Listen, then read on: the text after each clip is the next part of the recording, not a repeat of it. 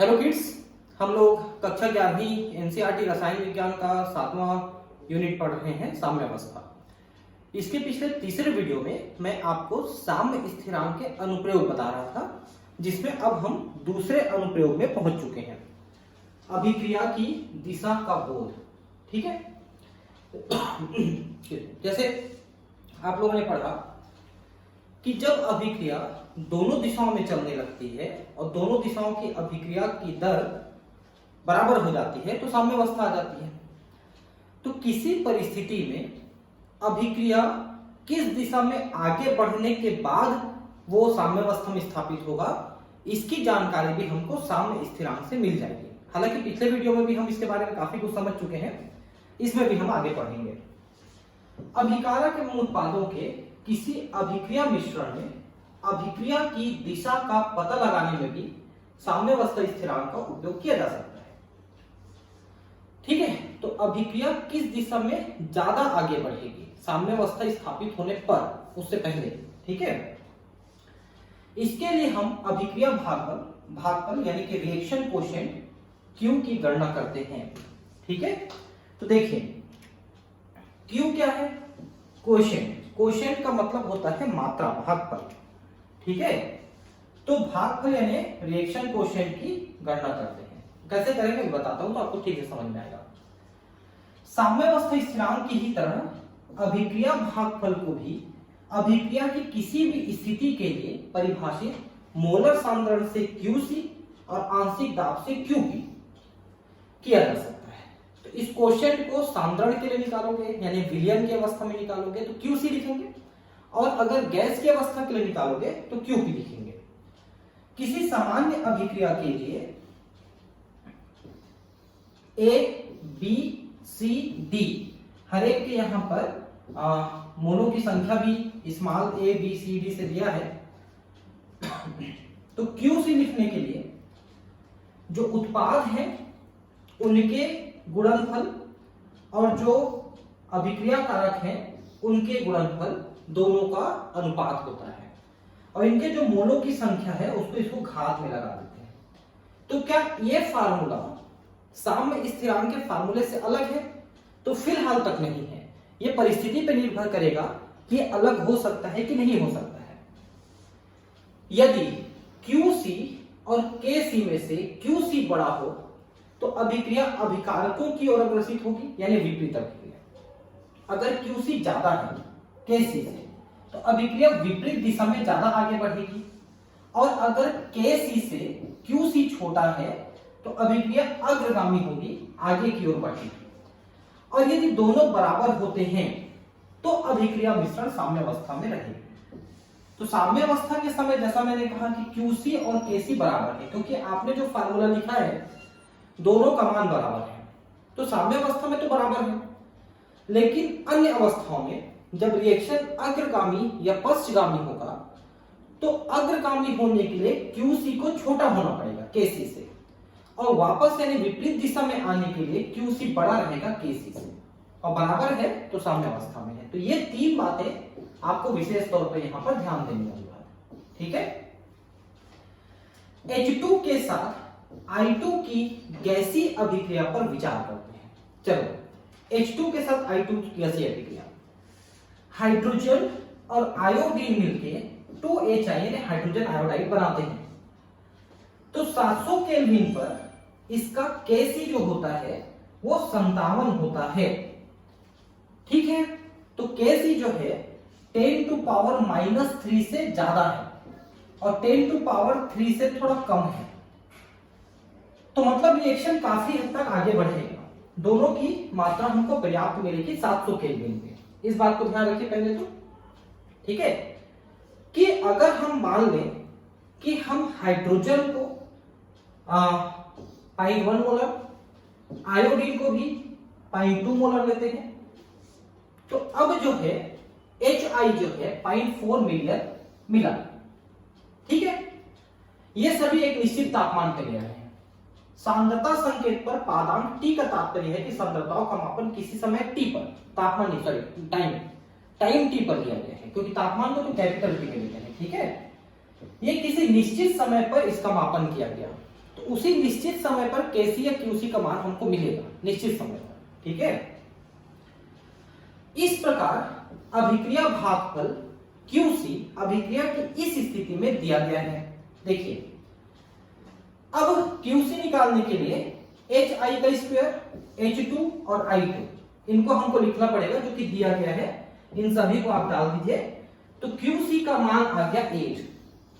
ठीक है, किसी निश्चित दिए गए समय पर क्यूसी का मान 8। इस समय जब क्यूसी 8 है और केसी 57 है, का मतलब है क्यूसी 8 केसी 57 से छोटा है, इसलिए प्रक्रिया अग्रगामी होगी, मतलब एच आई ज्यादा बनेगी। दोनों बराबर नहीं है, H2 I2 तथा I का मिश्रण साम्य में नहीं है, इसलिए H2 और I2 अभिक्रिया करके और अधिक HI बनाएंगे तथा उनके सांद्रण तब तक घटेंगे जब तक QC बराबर KC ना हो जाए। आपने अभी इससे पहले पढ़ा था कि अगर QC KC से छोटा है तो प्रक्रिया आगे की ओर बढ़ेगी, यानी H2 और I2 मिलकर HI बना रहे हैं, तो अभी प्रक्रिया साम्यावस्था में नहीं आई है, अभी HI बनने की तरफ प्रक्रिया चल रही है, इसलिए QC छोटा है, KC बड़ा है। अब ये समय के हिसाब से ये बढ़ता जाएगा, ये घटता जाएगा, एक समय में दोनों बराबर हो जाएंगे, तब प्रक्रिया साम्यावस्था में आएगी।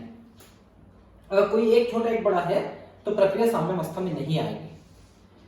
तो अब आप बहुत अच्छे समझ चुके होंगे कि QC का मान अगर दे दे KC के साथ, तो आप ये अंदाज लगा सकते हो कि प्रक्रिया आगे बढ़ रही है कि पीछे आ रही है कि साम्यावस्था में है। अगर QC छोटा है तो प्रक्रिया आगे बढ़ रही है, QC बड़ा है तो प्रक्रिया वापस आ रही है, QC बराबर है तो फिर प्रक्रिया साम्यावस्था में है। तो ये KC से हम तुलना करके इस बात को समझ सकते हैं।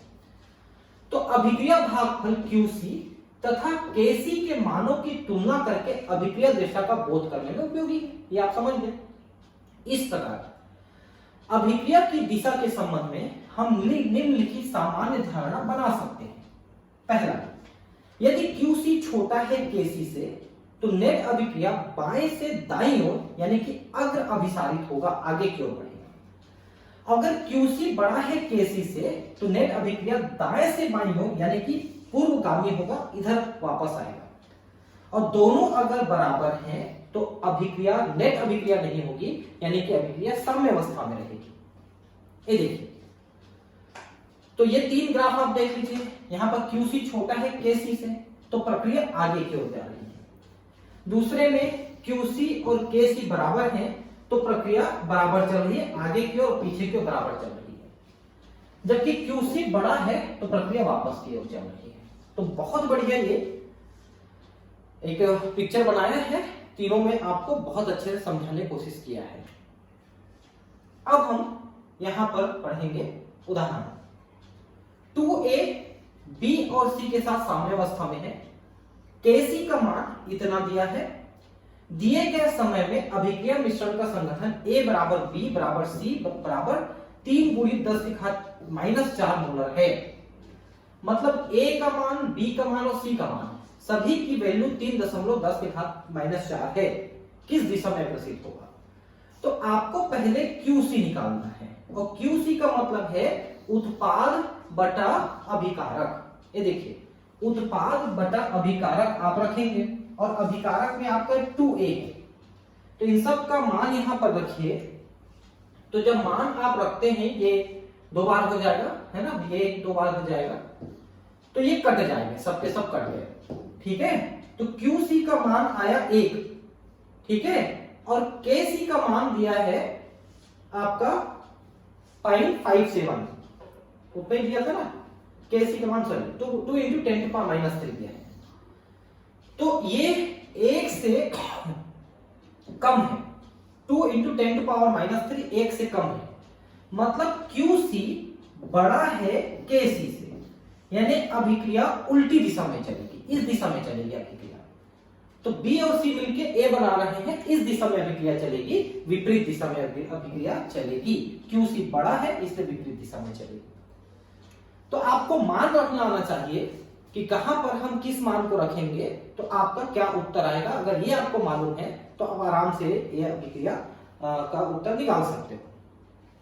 ठीक है, साम्य सांद्रताओं की गणना नेक्स्ट इसका अनुप्रयोग है। हम अभी साम्य स्थिरांक का अनुप्रयोग पढ़ रहे हैं ना, पिछले वीडियो में भी हमने एक अनुप्रयोग पढ़ा और यहाँ पर भी हम एक अनुप्रयोग पढ़ लिए। अब और आगे पढ़ते हैं। साम्य सांद्रताओं की गणना, यदि प्रारंभिक सांद्रता ज्ञात हो लेकिन साम्य सांद्रता ज्ञात नहीं हो तो निम्नलिखित 3 पद्धतियों से प्राप्त किया जा सकता है। अब साम्य सांद्रताओं की गणना का मतलब क्या हुआ कि शुरू में आपने अभिकारक लिया, मान लो अभिकारक 2 लिया 100 की मात्रा में और उत्पाद 0 थे। जब साम्यावस्था स्थापित हुआ तो अभिकारक कितने बचे और उत्पाद कितने बने, इनकी सांद्रता की गणना हम कैसे करेंगे। पहला, एक सबसे पहले संतुलित समीकरण लिखना पड़ेगा अभिक्रिया के लिए। ठीक है, संतुलित समीकरण के लिए एक सारणी बनाएं जिसमें अभिक्रिया में सन्निहित प्रत्येक पदार्थ को सूचीबद्ध किया हो। तीसरा, प्रारंभिक सांद्रता आपको दिया है। दूसरा, साम्यावस्था पर जाने के लिए सांद्रता में परिवर्तन, और तीसरा है साम्यावस्था सांद्रता। ठीक है, अब ये सारणी में हम इतना सब चीज लिखेंगे। ठीक है, अब देखिए, सारणी बनाने में किसी एक अभिकारक की सांद्रता की x के रूप में जो साम्यावस्था पर है को परिभाषित करें और फिर अभिक्रिया की रस समीकरण नीति से अन्य पदार्थों की सांद्रता को x के रूप में व्यक्त करें। जैसे कि मान लो आपने लिखा 2a plus 3b equal to 2c plus 3d, ऐसा आपने कहा। ठीक है, तो सबसे पहले a को x मात्रा में लिया तो ये हो गया 2x।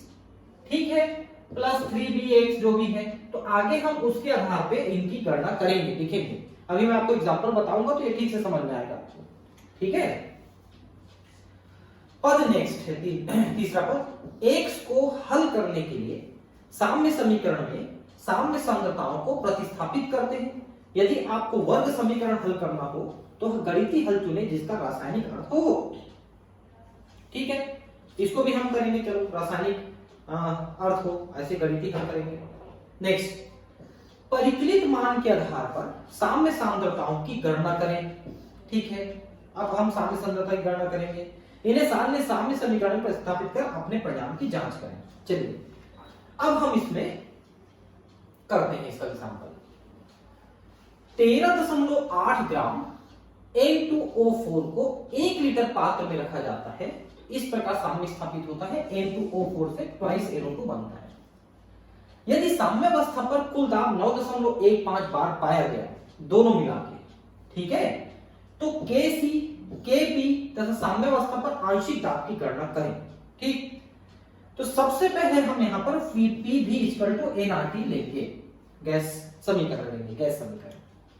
ठीक है, कुल आयतन V बराबर 1 लीटर दिया है तो V तो कट गया, 1 लीटर आ गया, चलो ठीक है ना। अब PV nRT में से अब देखिए N2O4 इसका अणुभार आता है 92 ग्राम और इसके हमने 13 ग्राम लिए हैं, तो टोटल मोल कितने लिया, 13/92 इक्वल टू 0.14 मोल लिया आपने। मोल कैसे निकालते हैं पता है ना आपको। मोल निकालने का मतलब है उसका मोलर द्रव्यमान पहले लेंगे किसी भी चीज का और जितना ग्राम दिया है उससे मोलर द्रव्यमान को भाग कर देंगे।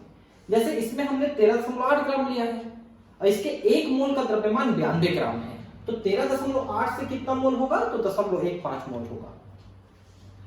ये सब मोलर द्रव्यमान वगैरह कैसे निकालते हैं ना, पहले चैप्टर में मैं अच्छे से बताया हूं और दूसरे चैप्टर में भी काफी कुछ बताया हूं। ठीक है, परमाणु संरचना में, तो आप उनको जब देखेंगे। R का मान तो आपको पता है, इतना लिखते हैं 0.083 बार लीटर पर मोल पर केल्विन। ताप 400 केल्विन दिया हुआ है, यहां पर आप देख लीजिए, है ना, ये देखिए। ठीक है, 413.8 इंटू के लीटर पात्र में, तो इस प्रकार साम्य स्थापित हो जाता है। यहां पर ये जो क्वेश्चन है इसमें थोड़ा सा कमी रह गई है, 400 केल्विन वहां पर तापमान दिया था। ठीक है, ये यहाँ पर लिया हुआ है, देखिए 400 केल्विन, सामान्य ताप पर 400 केल्विन लिया हुआ है। ठीक है, तो P इक्वल टू nRT में हम मान रख देते हैं। P निकालना है, V 1 लीटर दिया है, N 0.15 लिया, R हमने लिया और T हमने लिया 400, तो P का मान आया 4.98 बार, है ना। वहां पर ताप दिया हुआ है लेकिन इस प्रिंट आउट में थोड़ा सा गड़बड़ छप गया लग रहा है, तो 400 केल्विन पर ताप लिख लेना, तो सब कुछ सही आ जाएगा। ठीक है, तो प्रेशर हुआ 4.98 बार। ठीक है, अब जब ये साम्यावस्था स्थापित नहीं हुआ था तो 4.98 बार आपने लिया, उस समय इसके 0 बार थे। ठीक है, बाद में जब ये प्रक्रिया आगे बढ़ी तो इसका कुछ दबाव कम हुआ तो इसका कुछ दबाव बढ़ा। ठीक है, तो जब ये 1 कम होगा तो ये 2 बढ़ेगा, तो देखिए x कम किया तो 2x बढ़ गया। तो साम्यावस्था में कुल दाब कितना होगा, P(N2O4) प्लस PnO2। तो PnO2 इतना है और PnO2 उतना है, तो इन दोनों को जोड़ना है अपने को। ठीक है, तो जोड़ेंगे तो आ गया 4.98 प्लस प्लस x, क्योंकि 4.98 में एक x घटा है और 2x बढ़ा है, तो कुल मिला के 1x बढ़ेगा और x का मान आ जाएगा 9.15, क्योंकि इसको आप इधर करोगे तो माइनस हो जाएगा, तो ये आ गया 4.17 बार। तो देखिए अब समझिए बात को कि 4.98 आपने लिया था और जब साम्यावस्था स्थापित हुआ तो इसमें 4.17 कम हो गया, तो ये कितना बचा, 17 कम हो गया, तो ये बचा 1 और 7 71 0.17 बार इसका बचा, और इसका कितना होगा गुणित 2, ऐसा कर देंगे तो 4 दूनी 8, 17 दूनी 34। ठीक है, इतना बार, और टोटल बार आ जाएगा 71 और 34, तो 5 3 7 3 10 और 9.05, ये टोटल बार आ गया। तो अब आंशिक दाब कितना आया, तो N2O4 का दाब आया 0.71 और NO2 का दाब आया 8.34 और टोटल दाब आया 9.05, लेकिन वो डबल है तो उसको भी ध्यान रखेंगे अपन। ठीक है, ये देखिए 4.98 में 4.17 घटा तो 0.81 आया, है ना। थोड़ा सा यहाँ पर लिखने में कुछ गलती कर दी लग रहा है हम लोग। ठीक है, हाँ ठीक है, थोड़ा सा गलत कर दिया हमने, 4.17 है तो 0.81 आएगा। ठीक है, और ये डबल हो जाएगा, ये देखिए 8.34 मैंने निकाला था इसका, 8.34, तो PnO2 बचा 0.81 और PnO2 बचा 8.34। ठीक है, अब Kp निकालना है, स्थिरांक, दाब स्थिरांक निकालना है, तो PnO2 का स्क्वायर और PnO2, तो अब इसका स्क्वायर और भागित इतना, तो 85.87, तो Kp का मान आया 85.87 और Kp बराबर KCRT डेल N होता है।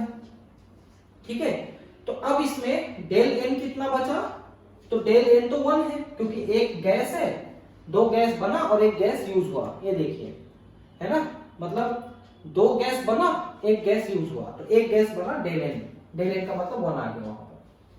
तो सबका मान रखे तो Kc का मान आप निकाल सकते हो, तो 2.6 आया, 2.6, तो Kp का मान आया 85.87 और Kc का मान है 2.6, ये आपका आंसर आ गया।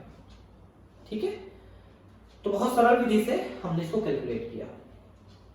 ठीक है, तो आप इसको कॉपी में लिखेंगे ना सिस्टमेटिक ढंग से, आपको आते जाएगा, एक बार में अगर नहीं आता 2 बार 3 बार लिखिए, आप आ जाएगा आपको। अब 380 केल्विन पर 3 मोल PCl5 को 1 लीटर बंद पात्र में रखा गया।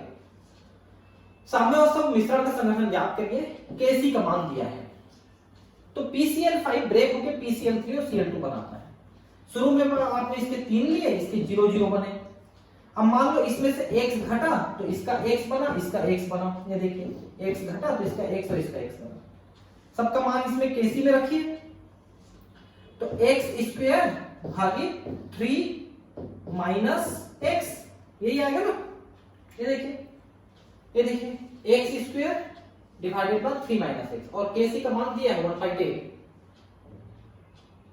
तो अब इसको सॉल्व करोगे पूरा, कैसे सॉल्व करना है, तो इसको इधर ले जा सकते हैं, अदला बदली करेंगे, तो आपका वही है एक जो फार्मूला भी आपने पढ़ा था, ax का स्क्वायर, ठीक है, plus bx plus c equal to 0, 4 घातांक वाला। ठीक है, ये देखो फार्मूला है ना, तो इस फार्मूले में आप रख दीजिए, और वो वाला जो फार्मूला था, एक और फार्मूला आपने पढ़ा था, उसमें ये मान रख दीजिए आप। ठीक है, वो सब फार्मूले में बता चुका हूं इससे पहले वाले वीडियो में। सॉल्व करते गए तो x की वैल्यू आपकी आएगी 1.59। मैंने पहले ही बताया चार घातांकी वाला जो सॉल्यूशन है वो आप अगर अपने टीचर से पूछें तो ज्यादा अच्छा है, मैथ्स वाले टीचर से। यहाँ पर मैं जितना बता सकता था यहाँ पर बता रहा हूँ कि प्लस माइनस में कहां पर प्लस कहां पर माइनस ले सकते हैं। आप इसको देख के सॉल्व करिए, आपका आ जाएगा। मैथ्स वाले बच्चे तो जानते हैं, बायो वालों को थोड़ा दिक्कत हो सकता है, बाकी कोई ज्यादा दिक्कत वाली बात नहीं है। ठीक है, तो अब यहां पर देखिए x की वैल्यू आई 1.5 में। ठीक है, तो PCL 5 में से यानी कि 3 में से x गया, यानी 3 में से 1.59 गया तो 1.41 बचा। ठीक है, और PCL 3 और CL2 के आपको 1.59 बने। ठीक है, तो x की वैल्यू कम हुई PCL 5 से, तो PCL 3 और CL2 के x मान बने। मतलब PCL 3 से 1.59 कम हुआ तो बाकी दोनों इतने इतने बने, इसका ये मतलब है। ठीक है, अब नेक्स्ट है साम्यावस्था स्थिरांक के अभिक्रिया भागफल Q तथा गिब्स ऊर्जा G में संबंध क्या है, ये हम देखेंगे। ठीक है, तीनों की आपको ध्यान होगा कि गिब्स ऊर्जा माइनस में रहता है तो अभिक्रिया स्वतः परिवर्तित होता है। ध्यान रखेंगे, किसी अभिक्रिया के लिए Kc का मान अभिक्रिया की गतिकी पर निर्भर नहीं करता है। ठीक है, जैसा कि आप एकक 6 में पढ़ चुके हैं, यह अभिक्रिया की ऊष्मा गतिकी विशेषता गिब्स ऊर्जा में परिवर्तन पर निर्भर करता है। ठीक है, तो Kc का मान अभिक्रिया की गतिकी पर निर्भर नहीं करता है। यह प्रारंभिक और अंतिम यानी कि साम्यावस्था स्थापित होने पर Kc का मान निर्भर करता है। कितना तेजी से कितना धीरे है उससे मतलब नहीं है। और पिछले चैप्टर में आप ये भी पढ़ चुके हैं ऊष्मा गतिकी में कि जो अभिक्रिया है वो गिब्स ऊर्जा पे निर्भर करता है। अगर गिब्स ऊर्जा माइनस में आता है तो अभिक्रिया होगी, नहीं तो नहीं होगी अपने आप। ये देखिए, डेल जी अगर ऋणात्मक है तब अभिक्रिया स्वतः परिवर्तित होती है तथा अग्र दिशा में संपन्न होती है, आगे बढ़ती है। यदि डेल जी धनात्मक है तब अभिक्रिया स्वतः परिवर्तित नहीं होगी। इसकी बजाय प्रतीक अभिक्रिया हेतु डेल जी ऋणात्मक होगा, अतः अग्र अभिक्रिया के उत्पाद अभिकारक में परिवर्तित हो जाएंगे। तो डेल जी ऋणात्मक रहेगा तो आगे, धनात्मक रहेगा तो वापस पीछे की ओर गति चलेगी। और डेल जी शून्य हो तब अभिक्रिया साम्यावस्था में रहेगी। एक विशेष बात को यहां पर ध्यान रखेंगे कि डेल जी शून्य रहेगी तो अभिक्रिया साम्यावस्था में रहेगी। ठीक है, यह ऊष्मागतिकी तथ्य की व्याख्या इस समीकरण से की जा सकती है। अब देखिए, del G equal to del G zero plus RT integration की Q। ठीक है, अब यह फार्मूला आपको ध्यान रखना है। और अगर इस मार्क को हटाना चाहते हो तो 2.303 से आपको गुणा करना पड़ेगा तो लॉग हो जाएगा। ठीक है, डेल जी जीरो यानी डिग्री आप कह सकते हैं मानक गिब्स ऊर्जा है, मानक अवस्था। अब साम्यावस्था में डेल जी तो जीरो होता है। ठीक है, तो अगर ये डेल जी जीरो कर देंगे आप तो Q बराबर KC हो, क्योंकि QC और KC बराबर हो जाते हैं साम्यावस्था, पहले बता चुका मैं। तो अब इस समीकरण को देखिए, ये जो समीकरण अभी आपने लिखा इसका मान हो जाएगा जीरो, क्योंकि डेल जी जीरो है साम्यावस्था में। ठीक है, तो अब इसका मान जीरो है तो फिर इसको उधर पलटोगे तो ये माइनस में जाएगा, माइनस RT इंटीग्रेशन की। ठीक है, अब इस RT को इधर लाओगे तो इससे ये भागित हो जाएगा और माइनस चिन्ह भी इधर आ जाएगा। ये देखिए, समझ रहे हैं ना, del G equal to minus RT के डॉट ये गुणा है। अगर इसको आप इधर लाना चाहते हो तो इसके भाग हो जाएगा, नहीं डेल जी के भाग में हो जाएगा ये RT। और अब दोनों तरफ प्रति लघु गुणक लगाने पर इधर तो ये साइन हट गया, लेकिन अब ये सभी जो है e के पावर डेल g के पावर में हो जाएगा अपन RT प्रति लघु गुणक लगाने, anti logarithm logarithm anti logarithm भी आप पढ़े होते हैं। अब ये जो समीकरण है इसको आपको सॉल्व करना है। डेल जी जीरो यहां पर है, ठीक है, के पदों के रूप में अभिक्रिया की स्वतः प्रवर्तिता को समझाया जा सकता है यदि डेल जी का मान जीरो से कम है यानी माइनस है, तो डेल जी जीरो में एक और माइनस लगा दोगे तो टोटल मान इसका धनात्मक हो जाएगा। अतः इसका मान मोर देन 1 हो जाने पर k का मान मोर देन 1 होगा, जो अभिक्रिया की स्वतः प्रवर्तिता को दर्शाता है अथवा अग्र दिशा में उस सीमा तक होती जिससे उत्पाद आधिक्य में बने।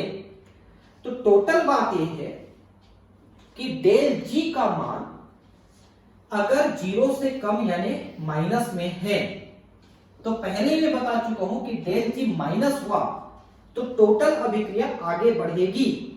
तो उसको कैसे आगे बढ़ेगी, तो आप देख लीजिए कि यहां पर डेल जी का मान ऋणात्मक लगाओगे तो माइनस माइनस मान लो 0.86 ऐसा लिखते हो, तो टोटल मान तो इसका धनात्मक हो जाएगा ना भाई, और धनात्मक होगा तो e के पावर जो ये पूरा लिखे हो ये पूरा मान धनात्मक हो जाएगा और 1 से ज्यादा हो जाएगा, यानी कि k का मान 1 से ज्यादा होते ही अभिक्रिया आगे की ओर बढ़ेगी, ये कहना है, ठीक है।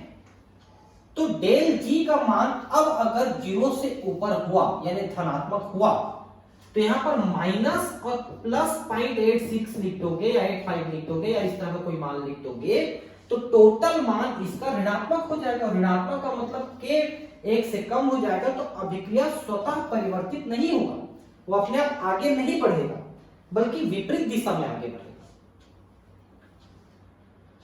ठीक है। तो अग्र दिशा में अपने आप आगे नहीं बढ़ेगा तो उत्पाद नहीं बनेंगे, बहुत कम बनेंगे, इसका ये मतलब है, ठीक है। ठीक,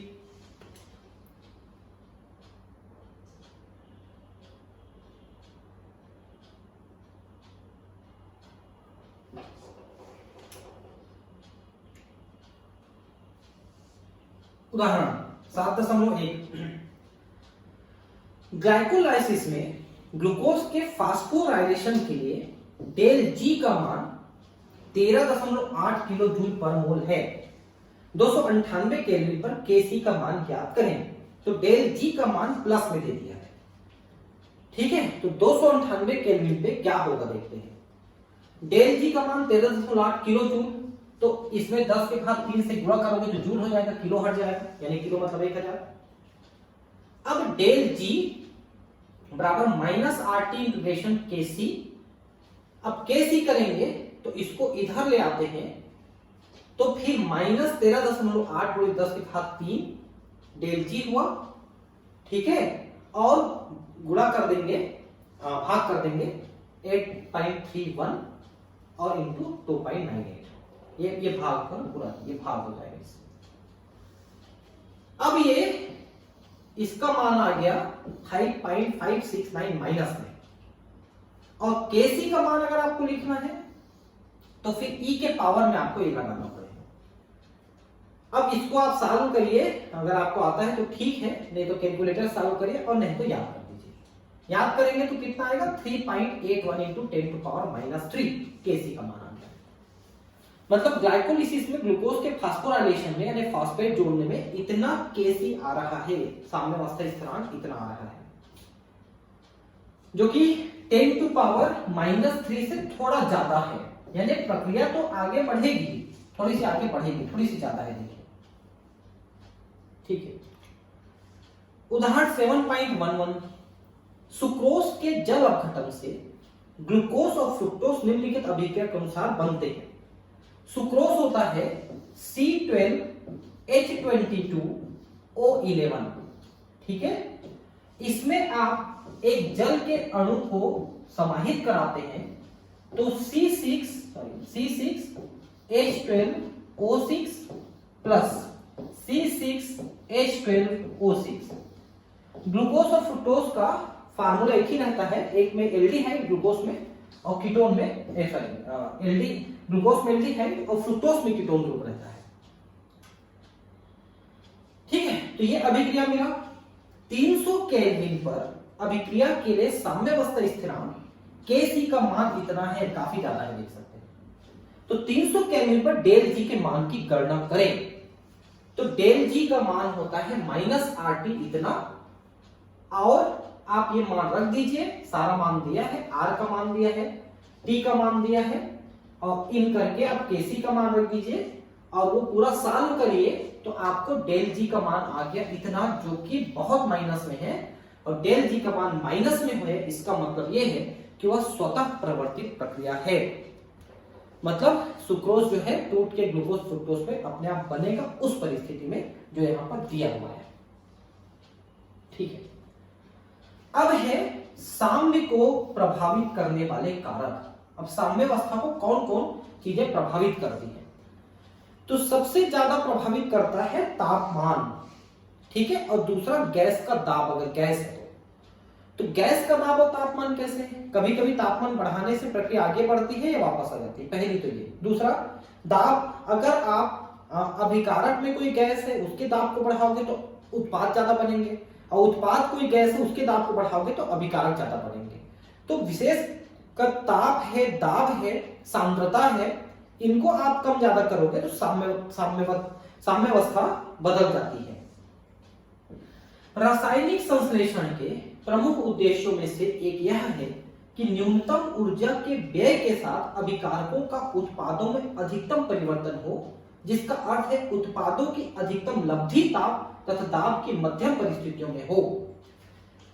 मतलब अगर आप किसी रिएक्शन को करा के कोई उत्पाद बना रहे हो तो कम से कम ऊर्जा खर्च होकर के अधिक से अधिक उत्पादन मिले हमको, ये हमारा अर्थ है। ठीक है, यदि ऐसा नहीं होता तो प्रायोगिक परिस्थितियों में परिवर्तन की आवश्यकता है। मतलब परिस्थितियां आपको बदलनी पड़ेगी, ताप दाब में कोई परिवर्तन लाना पड़ेगा। जैसे कि नाइट्रोजन हाइड्रोजन से अमोनिया के संश्लेषण के हाबर प्रक्रम में प्रायोगिक परिस्थितियों का चयन वास्तव में आर्थिक रूप से महत्वपूर्ण है। विश्व में अमोनिया का वार्षिक उत्पादन 100 मिलियन टन है। 1 मिलियन मतलब 10 लाख, तो 10 लाख टन, और 1 टन का मतलब 10 क्विंटल, तो 100 लाख क्विंटल यानी 1 करोड़ क्विंटल, और 1 क्विंटल में 100 किलो, यानी कि 100 करोड़ किलो अमोनिया हम साल भर में उत्पादन करते हैं। इसका मुख्य उपयोग उर्वरकों के रूप में होता है। ठीक है, जितने भी आपके नाइट्रोजिनस उर्वरक हैं जैसे यूरिया है, ठीक है, तो इनमें हमको अमोनिया की जरूरत पड़ती है, क्योंकि यूरिया का मतलब है NH2CONH2, ये यूरिया है। तो आप देख सकते हैं कि इसमें एमिनो ग्रुप है और साथ में CO ग्रुप है। मतलब अमोनिया का अगर आप CO2 के साथ रिएक्शन कराते हैं तो यूरिया बनता है।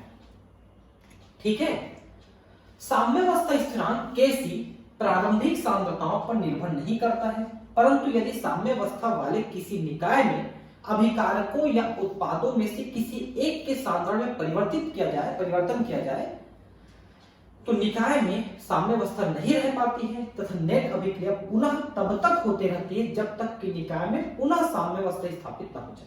समझिए बात, जैसे कि N2 plus H2 equal to NH3। मैं अभी इसमें मोलो की संख्या को बैलेंस नहीं कर रहा हूं, आपको कुछ अलग चीज समझाना है। ये आपने गैस लिया, ये आपने गैस लिया, ये गैस बना, ठीक है। अब मान लो कि आप नाइट्रोजन और हाइड्रोजन के गैस के प्रेशर को बढ़ाते हो तो निश्चित है कि अभिक्रिया आगे की ओर बढ़ेगी, अधिक से अधिक अमोनिया बनेगा। लेकिन अगर अमोनिया के दाब को बढ़ा देते हो तो प्रक्रिया उल्टी दिशा में चल के अधिक नाइट्रोजन और अधिक हाइड्रोजन बनेगी।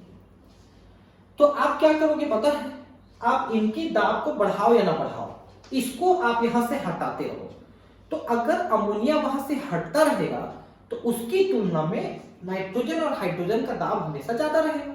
जैसे मान लो शुरू में आपने इसके 100 और इसके 100 बार में दाब लिए, अब ये कुछ समय बाद जब अमोनिया बन गया तो इनमें 20-20 दाब की कमी हो गई, ये 80 रह गए, ये 80 रह गए और ये 20 हो गया मान लो। तो आप इसको हटा लो ना, इसको 0 कर दो, तो अभी भी इसका दाब बहुत ज्यादा है उसकी तुलना में, तो प्रक्रिया लगातार आगे बढ़ती रहेगी। तो आप इसका दाब बढ़ाओ तो भी ठीक है, नहीं तो उसके दाब को कम कर दो, उसको हटा दो, तो प्रक्रिया अपने आप आगे बढ़ते रहेगी। ठीक है, इसलिए वो साम्यावस्था स्थापित नहीं हो पाएगी। लेकिन साम्यावस्था अगर आप किसी चीज को नहीं हटाते हो तो कुछ समय तक रिएक्शन चलने के बाद साम्यावस्था स्थापित आ जाएगी। प्रावस्था साम्यावस्था पर ताप का प्रभाव एवं ठोसों की वेलता के बारे में हम पहले ही पढ़ चुके हैं।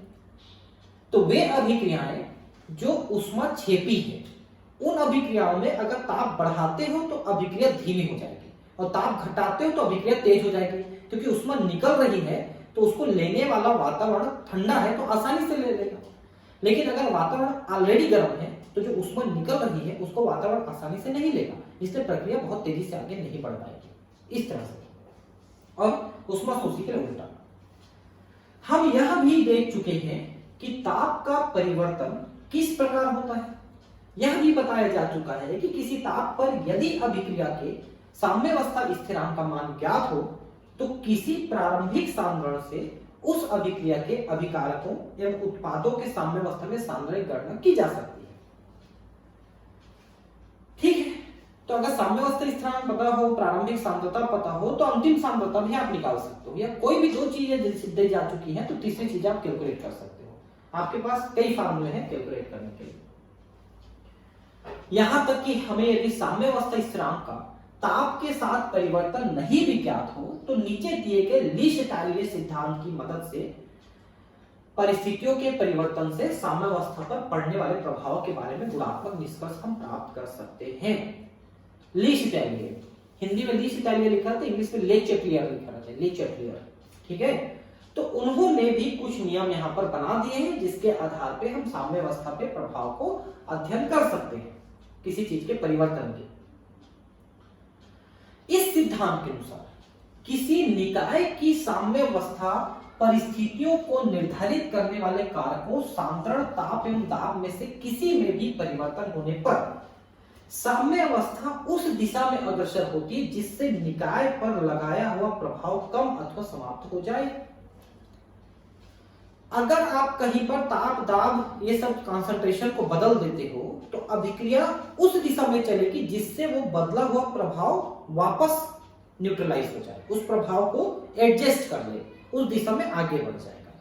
जैसे अभिकारक के तरफ के बढ़ा दोगे तो कुछ उत्पाद बना के इसको वापस कम कर देगा, अगर उत्पाद की तरफ का बढ़ा दोगे तो वापस अभिकारक बना के उसको फिर कम कर देगा।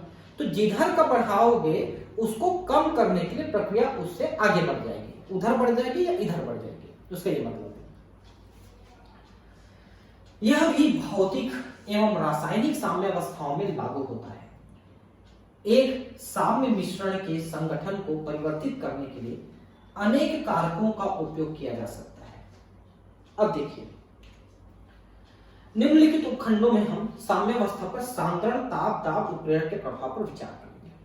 चलिए, पहला, सांद्रता परिवर्तन का प्रभाव क्या पड़ रहा है, तो इसको हम अब नेक्स्ट क्लास में पढ़ेंगे क्योंकि इसका स्लाइड पूरा नहीं बन पाया है और हम इसको नेक्स्ट क्लास में पढ़ेंगे।